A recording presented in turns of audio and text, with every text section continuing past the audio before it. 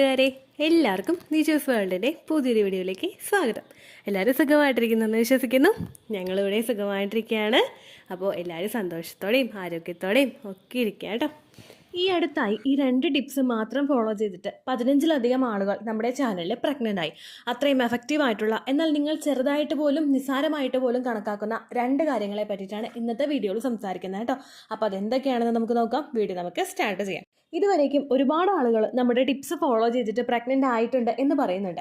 അവരുടെയൊക്കെ success stories കാണാൻ വേണ്ടിയിട്ട് നിങ്ങൾ നമ്മുടെ ചാനൽ വിസിറ്റ് ചെയ്തതിന് ശേഷം കമ്മ്യൂണിറ്റി എന്ന് പറഞ്ഞൊരു ടാബ് പ്രസ് ചെയ്യുക. അതിൽ ഒരുപാട് പേരുടെ സക്സസ് സ്റ്റോറീസ് നിങ്ങൾക്ക് കാണാനായിട്ട് സാധിക്കും കേട്ടോ. ഇനിയും ഒരുപാട് പേര് സക്സസ് സ്റ്റോറീസ് ഷെയർ ചെയ്തത് ഞാൻ സ്ക്രീൻഷോട്ട് എടുത്ത് വെച്ചിട്ടുണ്ട്. ഏകദേശം 10-200 പേരുടെയും കൂടി ഇനി പോസ്റ്റ് ചെയ്യാനായിട്ടുണ്ട് കേട്ടോ. അത്രമാത്രം എഫക്റ്റീവാണ് നമ്മുടെ ചാനലിൽ പറയുന്ന ഓരോ ടിപ്സും. ഇതിൽ ഒരു ടിപ്സും തന്നെ ഫോക്കസ് ചെയ്യുന്നത് നിങ്ങളുടെ കൂടുതലായിട്ട് എക്സ്പെൻസ് നിങ്ങൾക്ക് ഉണ്ടാക്കിക്കൊണ്ടോ അല്ലെങ്കിൽ മറ്റെന്തെങ്കിലും ചെയ്തുകൊണ്ടോ പ്രഗ്നൻ്റ് ആകാനല്ല. നിങ്ങളുടെ ലൈഫ് സ്റ്റൈൽ എന്തെങ്കിലും ചേഞ്ചസ് വരുത്തിക്കൊണ്ട് വരാനോ അല്ലെങ്കിൽ നിങ്ങളുടെ ഫുഡ് ഹാബിറ്റിൽ എന്തെങ്കിലും മാറ്റങ്ങൾ വരുത്തിക്കൊണ്ട് വന്ന് പ്രഗ്നൻ്റ് ആകാനും വേണ്ടിയിട്ടുള്ള ടിപ്സാണ് നമ്മുടെ ചാനലിൽ ഫോളോ ചെയ്യുന്നത് കേട്ടോ. അപ്പോൾ ഇതിൽ ഏറ്റവും ആദ്യത്തേതെന്ന് പറയുന്നത്, ഒരുപാട് നാളുകളായിട്ട് നമ്മൾ ചാനലിലെ ടിപ്സ് എല്ലാം കൃത്യമായിട്ട് ഫോളോ ചെയ്തിട്ടും നിങ്ങൾ പ്രഗ്നൻ്റ് ആകുന്നില്ലെങ്കിൽ ഏറ്റവും ആദ്യം നിങ്ങൾ ശ്രദ്ധിക്കേണ്ടത് നിങ്ങളുടെ വെയിറ്റിനെ പറ്റിയിട്ടാണ്. നിങ്ങളുടെ ഉയരത്തിനനുസരിച്ചിട്ടുള്ളതാണോ നിങ്ങളുടെ വണ്ണം എന്നുള്ള കാര്യം നിങ്ങൾ മോണിറ്റർ ചെയ്യണം. കാരണം ഉയരത്തിനനുസൃതമായിട്ടല്ല നിങ്ങളുടെ വണ്ണം പോകുന്നതെങ്കിൽ അതുമൂലം ഒരുപാട് ഇൻഫെർട്ടിലിറ്റി ഇഷ്യൂസ് നിങ്ങൾക്ക് ഉണ്ടാവാനായിട്ട് ചാൻസ് ഉണ്ട്. നമ്മളിൽ ഫാറ്റ് ഇഷ്യൂസ് കൂടുതലായിട്ട് ഉണ്ടാകുമ്പോൾ, എസ്പെഷ്യലി നമ്മുടെ ലോവർ അബ്ഡമൻ്റെ ഭാഗത്ത് നമുക്ക് വയറ് ചാടുക എന്ന് പറയുന്നൊരു സിറ്റുവേഷൻ ഇല്ലേ, ഈ ഒരു സിറ്റുവേഷൻ നിങ്ങൾക്ക് ഉണ്ടാകുന്നതിൻ്റെ ഭാഗമായിട്ട് നമ്മുടെ പല റീപ്രൊഡക്റ്റീവ് ഹോർമോൺസിനും കൃത്യമായിട്ട് വർക്ക് ചെയ്യാൻ പറ്റുന്ന ഒരു എൻവയോൺമെൻറ്റ് നമ്മുടെ ശരീരത്തിൽ ഉണ്ടാകാത്ത സിറ്റുവേഷൻ സംഭവിക്കും. ഓവർ വെയിറ്റ് അല്ലെങ്കിൽ ഒബിസിറ്റി ഉള്ളവർക്ക് ലെപ്റ്റിൻ എന്ന ഹോർമോൺ ശരീരത്തിൽ കൂടുതലായിട്ട് ഉണ്ടാവാനായിട്ട് ചാൻസ് ഉണ്ട്. ഇത് മറ്റുള്ള ഹോർമോൺസിൻ്റെ പ്രവർത്തനങ്ങളെയാണ് സാരമായിട്ട് അഫക്റ്റ് ചെയ്യുന്നത്. നമ്മുടെ അബ്ഡോമിനൽ ഫാറ്റ് എക്സസ് ആയിട്ട് ഉണ്ടാവുന്നത് നമ്മളിൽ ഇൻസുലിൻ റെസിസ്റ്റൻസ് ഉണ്ടാവാനായിട്ട് ചാൻസ് ഉണ്ട്. ഇത് കൂടി വന്നു കഴിഞ്ഞാൽ നോർമലായിട്ട് നമ്മളുടെ ശരീരത്തിൽ പ്രവർത്തിക്കുന്ന പല ഹോർമോൺസിൻ്റെയും പ്രവർത്തനം അവിടെ നടക്കാതെ വരും. അങ്ങനെ വന്നു കഴിഞ്ഞാൽ ഓവുലേഷനും ഇംപ്ലാന്റേഷനും ഒന്നും നമുക്ക് പ്രോപ്പറായിട്ട് നടക്കാതെ വരും. പല ആളുകളും ഈസി ആയിട്ട് വിട്ടുകളയുന്ന ഒരു കാര്യമാണ് ഈ വെയിറ്റ് എന്ന് പറയുന്നത്. PCOD ഉള്ള ഒരുപാട് ആളുകൾക്ക് അവർക്ക് ശരീരത്തിൽ വണ്ണം വെക്കാനായിട്ടുള്ള ചാൻസസ് കൂടുതലാണ്. PCOD ഉണ്ടാകുന്നതിൻ്റെ ഭാഗമായിട്ട് നമ്മുടെ ലൈഫ് സ്റ്റൈൽ ഉണ്ടാകുന്ന വ്യത്യാസങ്ങൾ കൊണ്ട് നമുക്ക് വണ്ണം വെക്കാം. ഒരുപാട് ആളുകൾക്കുള്ള തെറ്റിദ്ധാരണയാണ് ഫുഡ് കഴിക്കുന്നത് കൊണ്ട് മാത്രമാണ് വണ്ണം വെക്കുന്നതെന്ന് പറയുന്നത്. ഒരു സ്ത്രീ വണ്ണം വെക്കുന്നത് ഒരിക്കലും ഫുഡ് കഴിക്കുന്നത് കൊണ്ട് മാത്രമായില്ല. ഫുഡ് നല്ല രീതിയിൽ ക്രമീകരിച്ച് കഴിച്ചിട്ടും ഹോർമോൺസിൻ്റെ ചേഞ്ചസ് കൊണ്ടും അവർ കഴിക്കുന്ന ഭക്ഷണത്തിൻ്റെ വ്യത്യാസങ്ങൾ കൊണ്ടും ഓവർ വെയിറ്റ് ഉണ്ടാകുന്ന ഒരുപാട് ആളുകളുണ്ട്. അപ്പോൾ നിങ്ങൾ ഏറ്റവും ആദ്യം ചെക്ക് ചെയ്യേണ്ടത് നിങ്ങളുടെ ഉയരവും നിങ്ങളുടെ വണ്ണവുമാണ് ചെക്ക് ചെയ്യേണ്ടത്.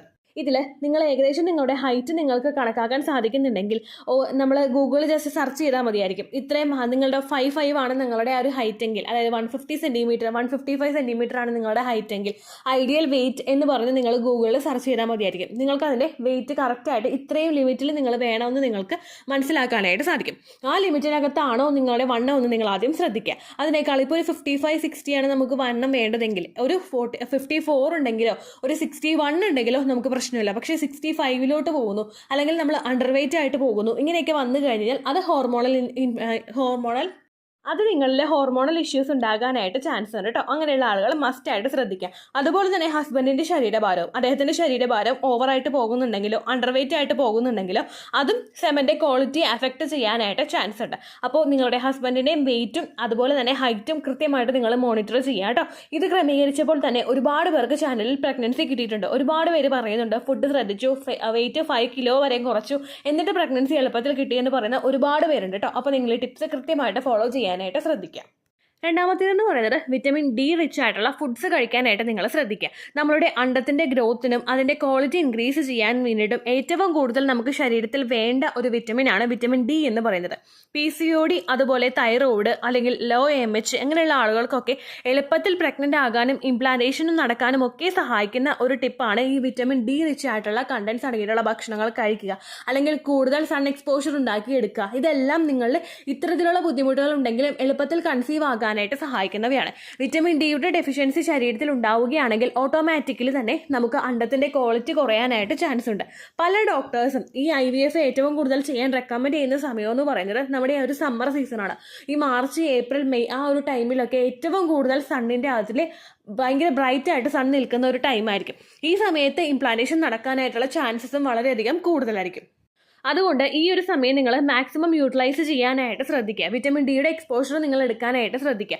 ഏറ്റവും കൂടുതൽ നമ്മൾ വെയിൽ കൊള്ളേണ്ട സമയം ഒരു 11 മണിക്ക് ശേഷമുള്ള സമയമാണെന്ന് പറയും. പക്ഷെ നമ്മുടെ ഇപ്പോഴത്തെ ഒരു ചൂട് വെച്ചിട്ട് നമുക്ക് ഒരിക്കലും 11 മണിക്ക് ശേഷമുള്ള വെയിൽ കൊള്ളാനായിട്ട് പാടില്ല.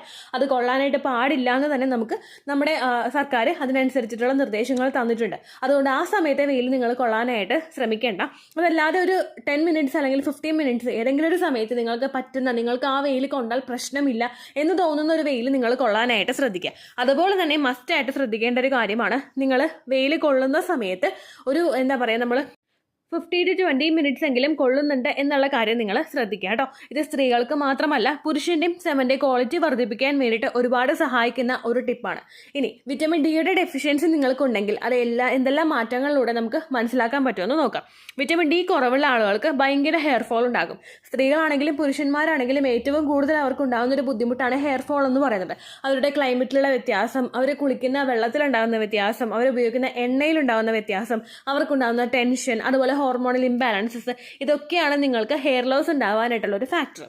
നിങ്ങൾക്ക് ഒരുപാട് കൂടുതലായിട്ട് ഹെയർ ലോസ് ഉണ്ടാകുന്നുണ്ടെങ്കിൽ നമ്മൾ വീട്ടിൽ തന്നെ എന്തെങ്കിലും പൊടിക്കൈകൾ ചെയ്യുന്നതിന് മുൻപായിട്ട് എന്തെങ്കിലും ഹോർമോണൽ ഇംബാലൻസസ് ഉണ്ടാവുന്നത് കൊണ്ടാണോ ഇങ്ങനെ ഹെയർ ലോസ് വരുന്നത് എന്നുള്ള കാര്യം നിങ്ങൾ ഫസ്റ്റ് ആയിട്ട് ഫൈൻഡ് ഔട്ട് ചെയ്യണം. വിറ്റമിൻ ഡി അതിലൊരു ഫാക്ടറാണ് കേട്ടോ.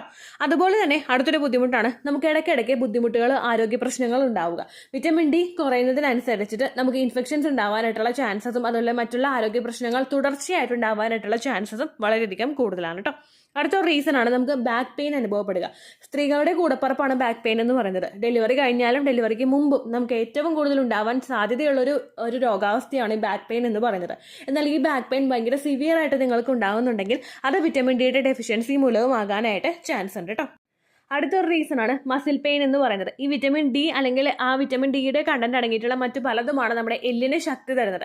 ഈ വിറ്റമിൻ ഡിയുടെ ഡെഫിഷ്യൻസി ഉണ്ടാകുന്നതനുസരിച്ചിട്ട് നിങ്ങൾക്ക് മസിൽസിലും ജോയിൻസിലും വേദന തുടർച്ചയായിട്ട് അനുഭവപ്പെടാനായിട്ട് ചാൻസ് ഉണ്ട്.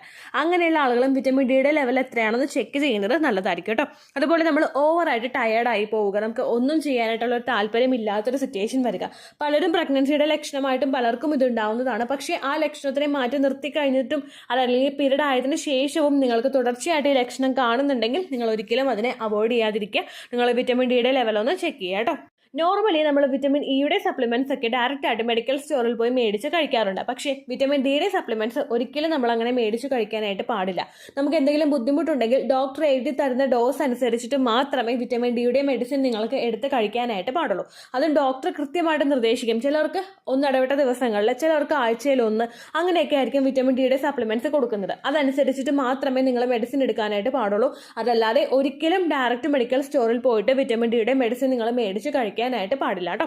സൺ എക്സ്പോഷറും സപ്ലിമെന്റ്സും അല്ലാതെ നമുക്ക് മറ്റു പല രീതിക്കും വിറ്റമിൻ ഡി ശരീരത്തിലോട്ട് എത്തിക്കാനായിട്ട് സഹായിക്കും. അതിലേറ്റവും ആദ്യത്തേതാണ് മുട്ട കഴിക്കാനായിട്ട് ശ്രദ്ധിക്കുക. ഒരു ദിവസം ഒരു മുട്ട പുഴുങ്ങിയതെങ്കിലും നിങ്ങൾ കഴിക്കാനായിട്ട് ശ്രദ്ധിക്കുക. മുട്ട പുഴുങ്ങിയതല്ലാതെ മുട്ട ബുൾസൈ അടിച്ചിട്ടോ അല്ലെങ്കിൽ ഓംലെറ്റ് അടിച്ചിട്ടോ കഴിക്കുന്നവരാണെങ്കിൽ അതിൻ്റെ ഒരു ഉപയോഗം നിങ്ങൾ കുറയ്ക്കുക. കാരണം നമ്മൾ ഓയിൽ കൂടുതലായിട്ട് ഒഴിക്കേണ്ടി വരും. അല്ലെങ്കിൽ ബുൾസൈ ആണെങ്കിൽ അത് മുഴുവനായിട്ട് കുക്കായിട്ടുണ്ടാവില്ല. അപ്പോൾ ഏറ്റവും നന്നായിട്ട് മുട്ടയുടെ എല്ലാ ബെനിഫിറ്റും കിട്ടാനായിട്ട് നമുക്ക് ഉപയോഗിക്കാൻ കഴിയുന്ന ഒരു രീതി എന്ന് പറയുന്നത് അത് പുഴുങ്ങിയെടുക്കുക എന്നുള്ളതാണ്. ഒരു ദിവസം ഒരു മുട്ടയെങ്കിലും നിങ്ങൾ കഴിക്കാനായിട്ട് ശ്രദ്ധിക്കുക. ഒരുപാട് പേര് ടെൻഷൻ ആവുന്നുണ്ട്, കൂടുതൽ മുട്ട കഴിച്ച് കഴിഞ്ഞാൽ നിങ്ങൾക്ക് കൊളസ്ട്രോൾ ഉണ്ടാവുമോ എന്നൊക്കെ ആലോചിച്ച് പലരും ടെൻഷൻ ആവുന്നുണ്ട്. മുട്ട നിങ്ങൾ ഒരു ദിവസം ഒരെണ്ണം കഴിക്കുന്നുണ്ടെങ്കിൽ ഒരു 15 അല്ലെങ്കിൽ ഒരു 20 മിനിറ്റെങ്കിലും നിങ്ങൾ ഫിസിക്കലി ആക്റ്റീവ് ആയിട്ടിരിക്കുന്നുണ്ട് എന്നുള്ള കാര്യം നിങ്ങൾ ശ്രദ്ധിക്കുക. ഒരു മുട്ട കഴിച്ചിട്ട് നിങ്ങൾ ഒരു അരമണിക്കൂർ കൃത്യമായിട്ട് നടക്കുന്നുണ്ടെങ്കിൽ ആ മുട്ട നിങ്ങൾ കഴിക്കുന്നതുകൊണ്ട് ഒരിക്കലും നിങ്ങൾക്ക് പ്രശ്നം ഉണ്ടാവില്ല. പക്ഷേ അതൊക്കെ നിങ്ങൾ കഴിച്ചിട്ട് സെഡൻറ്ററി ആയിട്ടുള്ള ലൈഫ് സ്റ്റൈലാണ് നിങ്ങൾ ഫോളോ ചെയ്യുന്നതെങ്കിൽ ഭാവിയിൽ നിങ്ങൾക്ക് കൊളസ്ട്രോൾ ഉണ്ടാവാനായിട്ട് ചാൻസ് ഉണ്ട് കേട്ടോ. ഒരുപാട് മുട്ട കഴിക്കുന്നവരുടെ കാര്യമാണ് പറഞ്ഞത്. 1-2 കഴിക്കുന്നതുകൊണ്ടൊന്നും പ്രശ്നമില്ല കേട്ടോ. അതുപോലെ പാല് കുടിക്കുന്നത് നല്ലതാണ്. മുട്ടയും പാലും അതുപോലെ ഏത്തപ്പഴം ഇതെല്ലാം നിങ്ങൾക്ക് ഫെർട്ടിലിറ്റി ഇൻക്രീസ് ചെയ്യാനായിട്ട് സഹായിക്കുന്നവയാണ്. അതൊരു ദിവസം ഒരെണ്ണം എന്നുള്ള കണക്കിലെങ്കിലും നിങ്ങൾ ഭാര്യയും ഭർത്താവും എടുക്കുന്നത് നല്ലതായിരിക്കും കേട്ടോ.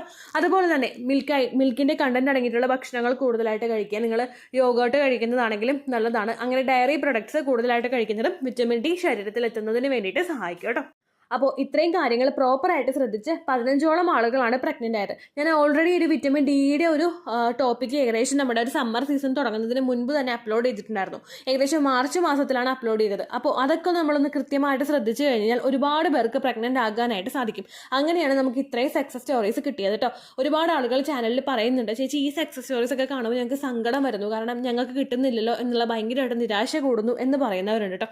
ഒരിക്കലും നിങ്ങൾ നിരാശപ്പെടേണ്ട ആവശ്യമില്ല. ചിലപ്പോൾ നിങ്ങളുടെ സെയിം ഹെൽത്ത് കണ്ടീഷനുള്ള ഒരാളായിരിക്കും പ്രഗ്നൻ്റ് ആയത്. അപ്പോൾ അതിലൂടെ നിങ്ങൾക്കൊരു മോട്ടിവേഷനാണ് വേണ്ടത്. കാരണം എൻ്റെ അത്രയും അല്ലെങ്കിൽ എന്നേക്കാളും കൂടുതൽ ഹെൽത്ത് കണ്ടീഷനുള്ള ഒരാൾ കുറച്ചധികം കാര്യങ്ങൾ ശ്രദ്ധിച്ചപ്പോഴേക്കും അവർക്ക് പ്രഗ്നൻ്റ് ആകാനായിട്ട് സാധിച്ചു. അപ്പോൾ എന്തുകൊണ്ട് എനിക്ക് പറ്റില്ല എന്ന് നിങ്ങൾ ചിന്തിക്കാൻ വേണ്ടിയിട്ടാണ് ഇത്തരത്തിലുള്ള ആ ഒരു സക്സസ് സ്റ്റോറീസ് ഒക്കെ പോസ്റ്റ് ചെയ്യുന്നത് കേട്ടോ. അപ്പോൾ അതിൻ്റെതായിട്ടുള്ള ഒരു സെൻസിൽ മാത്രം നിങ്ങൾ എടുക്കുക. മാക്സിമം നിങ്ങൾ ആക്റ്റീവായിട്ടിരിക്കാനായിട്ട് ശ്രദ്ധിക്കുക. നിങ്ങളെ കൊണ്ട് ചെയ്യാൻ പറ്റുന്ന കാര്യങ്ങൾ എന്തൊക്കെയാണോ അത് നിങ്ങൾ ഹെൽത്തി ആയിട്ട് ചെയ്യാനായിട്ട് ശ്രദ്ധിക്കുക കേട്ടോ. അപ്പോൾ ഇത്രയേ ഉള്ളൂ വീഡിയോ. യൂസ്ഫുൾ ആയി കാണുമെന്ന് വിശ്വസിക്കുന്നു. യൂസ്ഫുൾ ആവുന്നുണ്ടെങ്കിൽ ലൈക്ക് ചെയ്യുക, ഫ്രണ്ട്സിനൊക്കെ ഷെയർ ചെയ്ത് കൊടുക്കുക കേട്ടോ. എന്തെങ്കിലും സംശയം ഉണ്ടെങ്കിൽ നിങ്ങൾ കമൻസിൽ ചോദിക്കുക. പണ്ടത്തെ വീഡിയോയ്ക്ക് കമൻസ് ഇടുന്നവർക്ക് റിപ്ലൈ ലഭിക്കുന്നില്ലെങ്കിൽ ലേറ്റസ്റ്റ് ആയിട്ട് ഞാൻ ഏത് വീഡിയോ ആണ് അപ്ലോഡ് ചെയ്യുന്നത് അതിന് താഴെ കമൻ്റ് ഒന്ന് കോപ്പി പേസ്റ്റ് ചെയ്യാനായിട്ട് ശ്രദ്ധിക്കുക കേട്ടോ. അതുപോലെ ഓവുലേഷൻ ഡേറ്റ് കാൽക്കുലേറ്റ് ചെയ്ത് തരാനായിട്ട് റിക്വസ്റ്റ് ചെയ്യുന്ന ആളുകൾ എത്രയാണോ സൈക്കിൾ ലെങ്ത് അത് മെൻഷൻ ചെയ്യാനായിട്ട് ശ്രദ്ധിക്കാം. ഒരുപാട് ഓൺലൈൻ വെബ്സൈറ്റുകളിലൂടെയും ഒരുപാട് ആപ്സ് ഡൗൺലോഡ് ചെയ്താലും നിങ്ങൾക്ക് കൃത്യമായിട്ട് ഓവുലേഷൻ ഡേറ്റ് കണ്ടുപിടിക്കാനായിട്ട് സാധിക്കും. അതിൽ നിങ്ങൾക്ക് ഏറ്റവും അത്യാവശ്യമായിട്ട് വേണ്ടത് നിങ്ങളുടെ സൈക്കിൾ ലെങ്ത് ആണ്. ഈ സൈക്കിൾ ലെങ്ത് നിങ്ങൾ കാൽക്കുലേറ്റ് ചെയ്യേണ്ടത് എത്രയാണോ നിങ്ങൾക്ക് കഴിഞ്ഞ മാസം പീരീഡ് ആയത്, അതായത് കഴിഞ്ഞ മാസം 1-ാം തീയതിയാണ് ബ്ലീഡിങ് വന്നതെങ്കിൽ ഈ മാസം 5-ാം തീയതിയാണ് ബ്ലീഡിങ് ആയതെങ്കിൽ 1-ാം തീയതി മുതൽ 5-ാം തീയതി വരെ എത്ര ദിവസമുണ്ടോ അത് കാലണ്ടറിൽ കാൽക്കുലേറ്റ് ചെയ്തെടുക്കുന്നതാണ് നിങ്ങളുടെ സൈക്കിൾ ലെങ്ത്. ഇത് നിങ്ങൾ കൃത്യമായിട്ട് ഫൈൻഡ് ഔട്ട് ചെയ്തിട്ട് ഏതെങ്കിലും ആപ്ലിക്കേഷൻസിൽ നിങ്ങൾക്ക് എൻ്റർ ചെയ്ത് കൊടുത്താലും കൃത്യം ഓവുലേഷൻ ഡേറ്റ് കണ്ടുപിടിക്കാനായിട്ട് സാധിക്കും. അതല്ലെങ്കിൽ നമ്മുടെ ചാനലിലാണെങ്കിലും കൃത്യം സൈക്കിൾ ലെങ്ത് മെൻഷൻ ചെയ്യാനായിട്ട് നിങ്ങൾ ശ്രദ്ധിക്കുക കേട്ടോ. അപ്പോൾ ഇത്രയേ ഉള്ളൂ വീഡിയോ. അടുത്തൊരു യൂസ്ഫുൾ വീഡിയോ ആയിട്ട് നമുക്ക് വീണ്ടും കാണാം. ബൈ.